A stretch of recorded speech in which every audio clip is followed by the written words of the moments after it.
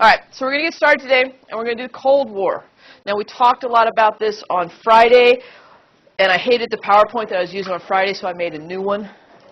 And so I'm going to hit, if you weren't here Friday, that's good, because you'll hit a couple of the points we talked about, and then we'll get to the new stuff, the Truman Doctrine, Marshall Doctrine, or Marshall Plan, and all that. All right, when we look at the 1950s, and that's pretty much when the Cold War occurred. I mean, we're starting in the mid-1940s today, but going into the 50s, there's the 6 C's of the 1950s that you need to know. And those C's are Cold War, communism, containment, conformity, consumerism, and civil rights. This kind of encapsulates what we're going to be talking about these next 2.5 weeks. What we're going to talk about today is those first 3. We're going to talk about the Cold War, communism, and containment. Civil rights, we're going to talk more about the civil rights movement next week, but you'll see here in just a few minutes that the civil rights movement actually started in the late 1940s. And Truman is the one who basically kick-started the whole movement. So we'll talk about that, all right? Coming back from the war, the first thing the GIs met was this new plan called the GI Bill.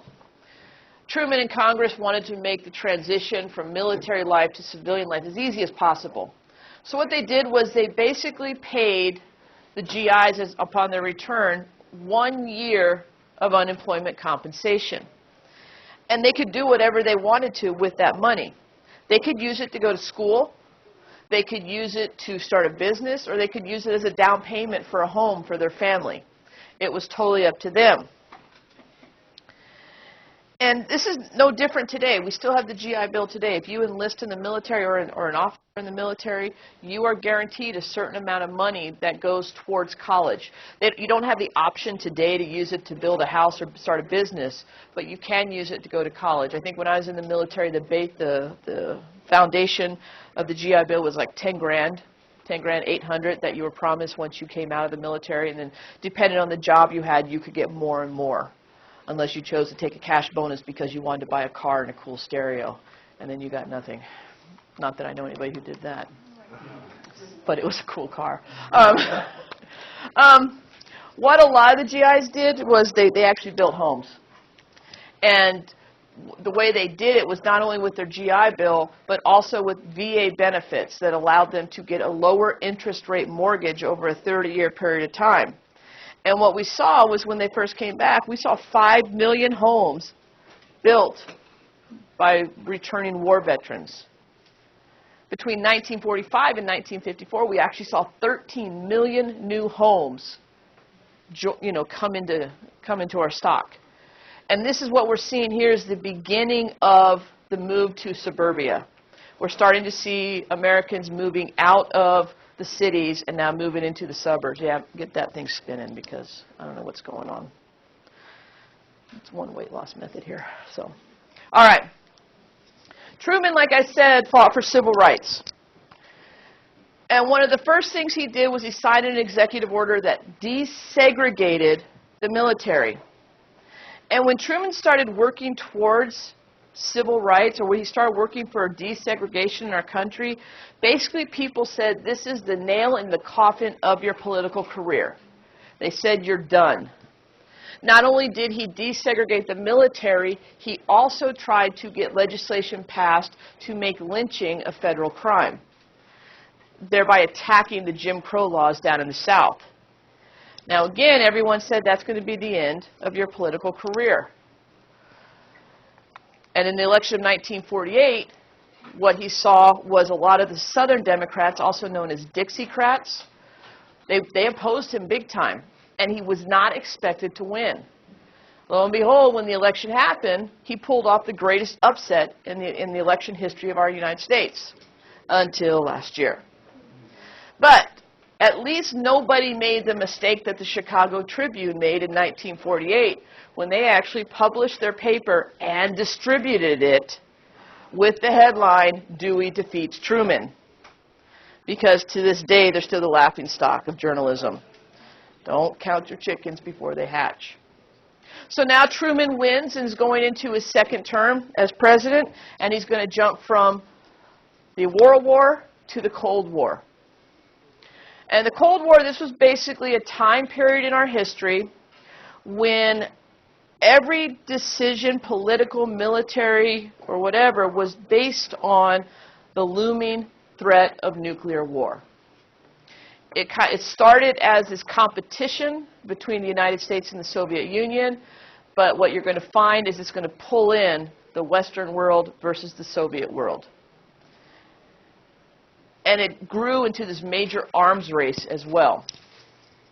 To understand why this happened, we have to look at the different philosophies of these two countries. The United States, we know, is based on capitalism and democracy.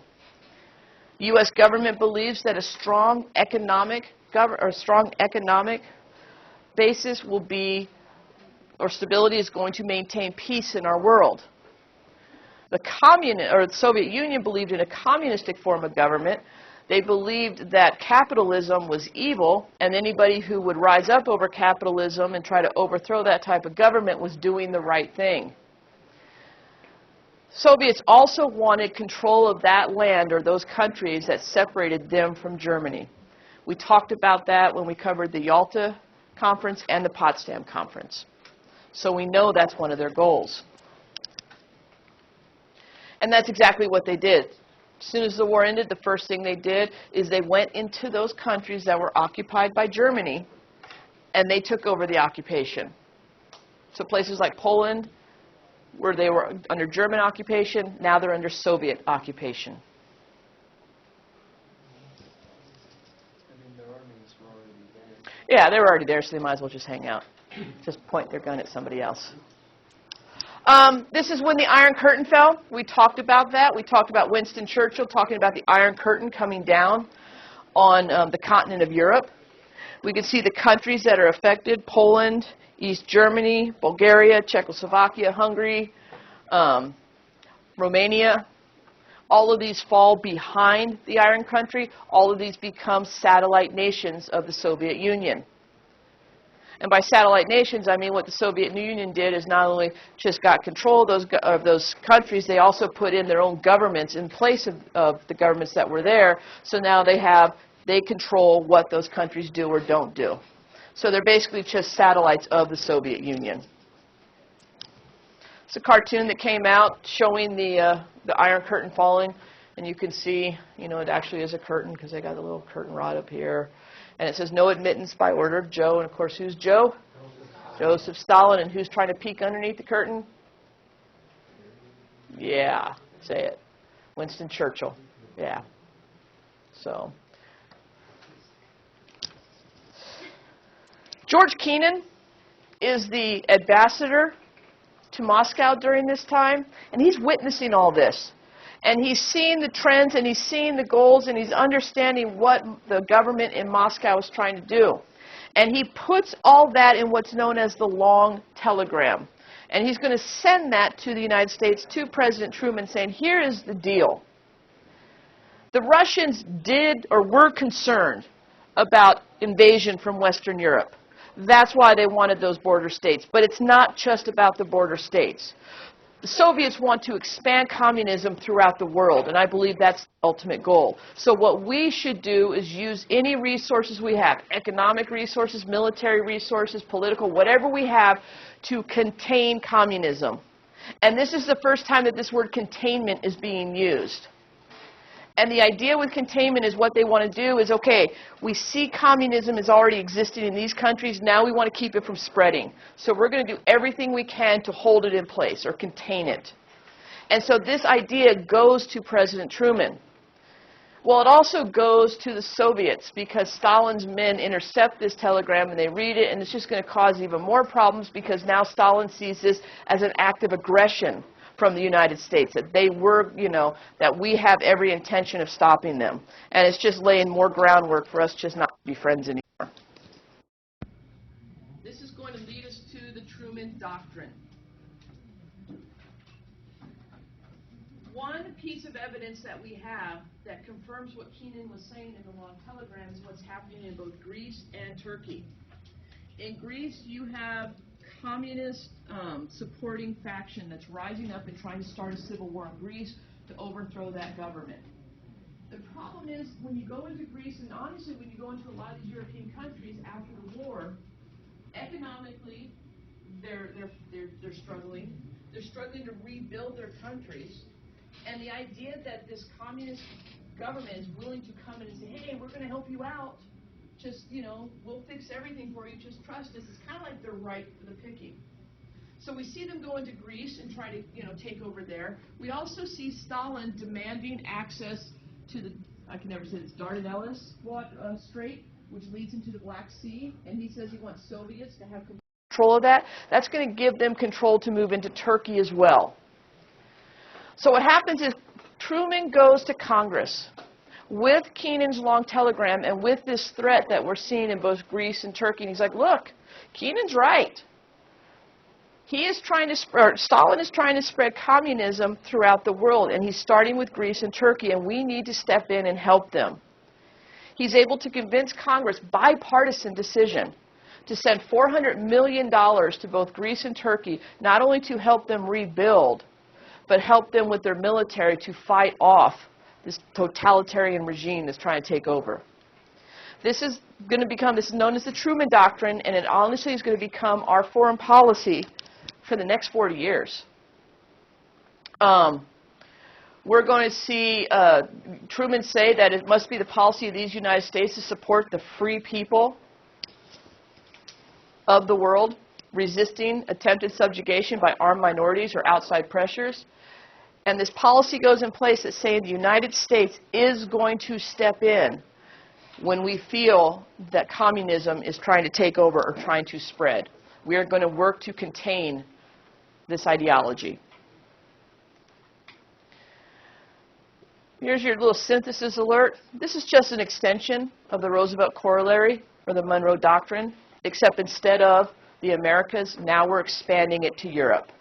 Now we're saying we're going to go in and help whoever needs our help to protect them from the evil in the world. And that's how we saw communism at the time. It was the evil of the world. And it guided every single decision we made during this time period. So just connect them. Monroe Doctrine to the Roosevelt Corollary to the Truman Doctrine. It's just one step above each other. Same time, George Marshall is touring Western Europe, England, France, and all those areas that have been hit hardest by the war. And what he finds is devastation. He finds a lot of starvation, famine, homelessness, and a lot of, quite honestly, hopelessness throughout Europe. Yes, they won the war, but how do we rebuild? Where do we get the funds or the means to get us back to where we were? And so what he suggests is what's going to come known as the Marshall Plan. And the Marshall Plan simply is a plan to rebuild Europe and repel communism. Because just like Greece and Turkey, we felt that if we didn't step in and do something, it would be very easy for Stalin and his communist ideology to move into Europe. So we basically sent billions of dollars over to Europe. And we said, you can use this money for food and supplies, you can use this money to rebuild, whatever you have to do to stop communism from coming into your country, we are going to fund it for you. So, and so what that made the United States, made us the hero of the world, if you will. Because we're going in and helping everyone. We helped Greece, we helped Turkey, now we're helping these European countries. And if you look at this chart, you can see all the countries that we actually sent financial aid to. You know, Greece and Turkey are in there, but we also went to Denmark and to Belgium, the Netherlands, West Germany, Italy, France, all the way to Iceland, because they needed money too. And it worked. 4 years after we implemented this plan, the European countries, their industrial production had risen 41% above the levels it was at prior to the war. So this was a big success, not only for us, but for the rest of the world. Let's go back to Potsdam for a minute. Talked about the Potsdam Conference last week. We talked about the Big Three meeting, Stalin, Truman, and Churchill. And then what happened to Churchill? Got voted out of office. Who replaced him?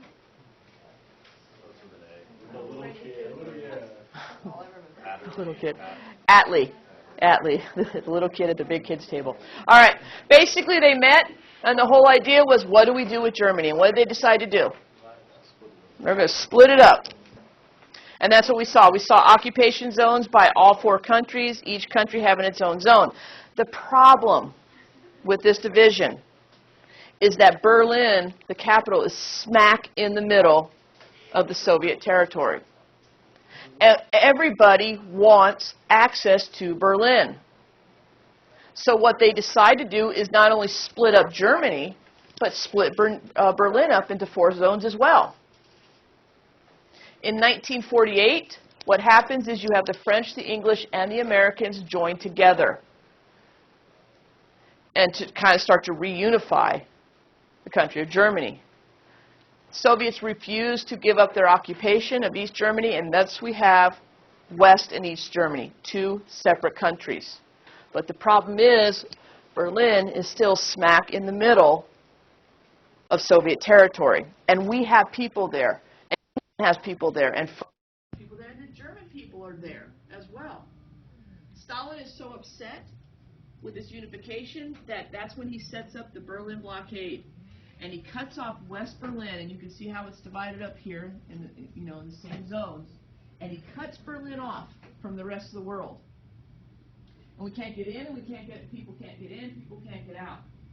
And what he does is he doesn't just cut us off from getting into Berlin, he cuts those people off in West Berlin from getting any type of supplies or anything until they agree to be governed by the Soviets. Agreed to abandon the occupation they have right now from the Western powers. Truman can't have that, so that's when he implements the Berlin airlift.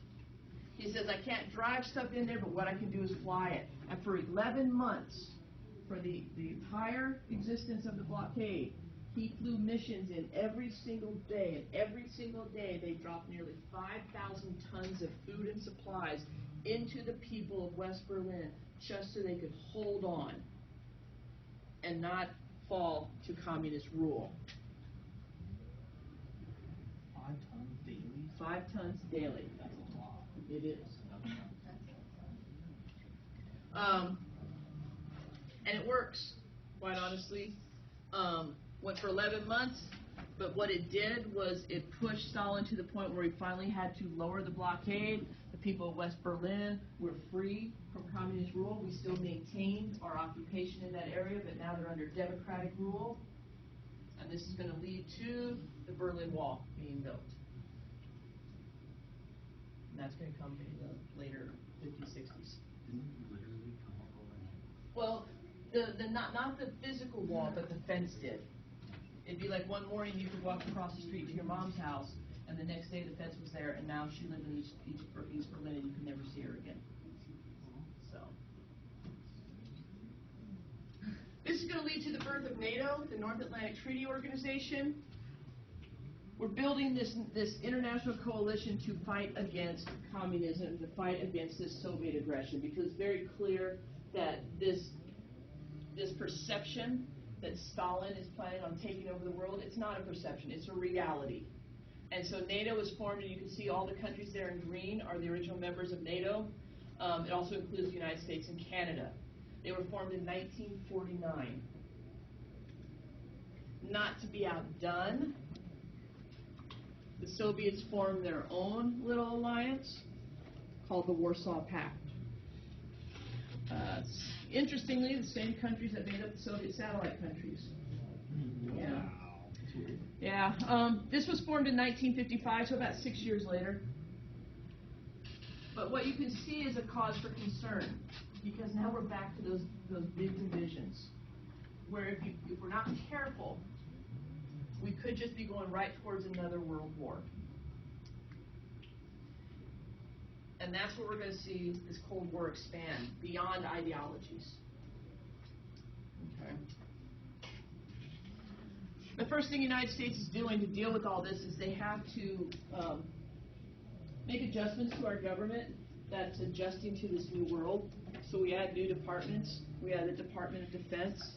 Their job is to oversee our military, the Army, Navy, and our newly formed Air Force. They created the Central Intelligence Agency to gather information on government actions, both foreign and domestic, are spies. And they also created the National Security Council. The National Security Council, their job is to advise the president on anything dealing with national security. Even today, every day, the president gets a briefing every single morning about anything that's happening in our country and in the world that affects our security or the security of our allies. And that's what this council does. So we're seeing our government growing as a result of this Cold War. We're seeing our federal government getting bigger and bigger. 1945, when we dropped the bombs on Hiroshima and Nagasaki, we basically had the monopoly on nuclear warfare. No one else had it. It was just us. 1949, that changed when the Soviet Union successfully tested their first atomic bomb. This is a threat to the United States because we're in a, kind of an aggressive relationship with the Soviets at this point, so we're not too happy about it. So we respond by taking it a step further. When we create what's known as the hydrogen bomb. The hydrogen bomb basically is 1,000 times stronger than the atomic bomb. We successfully create and test this in 1952, giving us the upper hand. Now we have a stronger bomb than you have. Well, by 1953, the Soviet Union creates their own hydrogen bomb. So basically, the arms race is on. And that's what's going to propel the Cold War for the next 35 years, roughly, is this arms race to see who can build the bigger, better bombs and who can build more of them faster. And the idea behind this is mad. This Cold War is propelled by this policy of mutually assured destruction. We're in this position where we're treading this thin line between peace and war.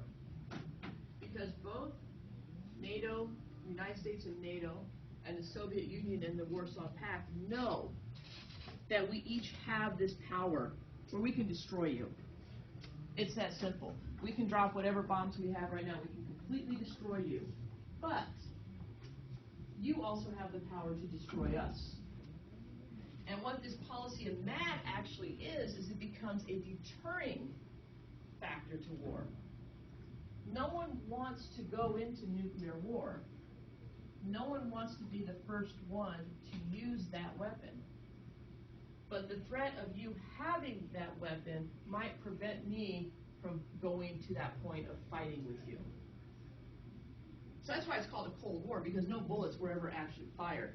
It was more or less this political and military chess game that was played with all of us as the pawns. And, during the 70s and the early 80s, instead of having lockdown drills in school, we had nuclear fallout drills. And if the bomb goes up, get under the desk where you'll be safe. Yeah, we didn't buy it then either. And then we had those discussions, if the bomb goes off, would you walk towards the explosion or would you walk away from the explosion? That was a philosophical discussions we had in school. What would you do? Well, if you walk towards it, you're going to die quicker. If you walk away from it, you had a survivalist mentality. So anyway, so that was the big question. All right? This is going to lead to this nuclear buildup, this Cold War, this idea to contain communism is what's going to lead to the Korean War and later the Vietnam War. So tomorrow we're going to talk about the Korean War, and then we're also going to talk about the rise of McCarthyism and how Americans deal with this threat of communism here at home. But for today, I'm stopping. Okay, any questions?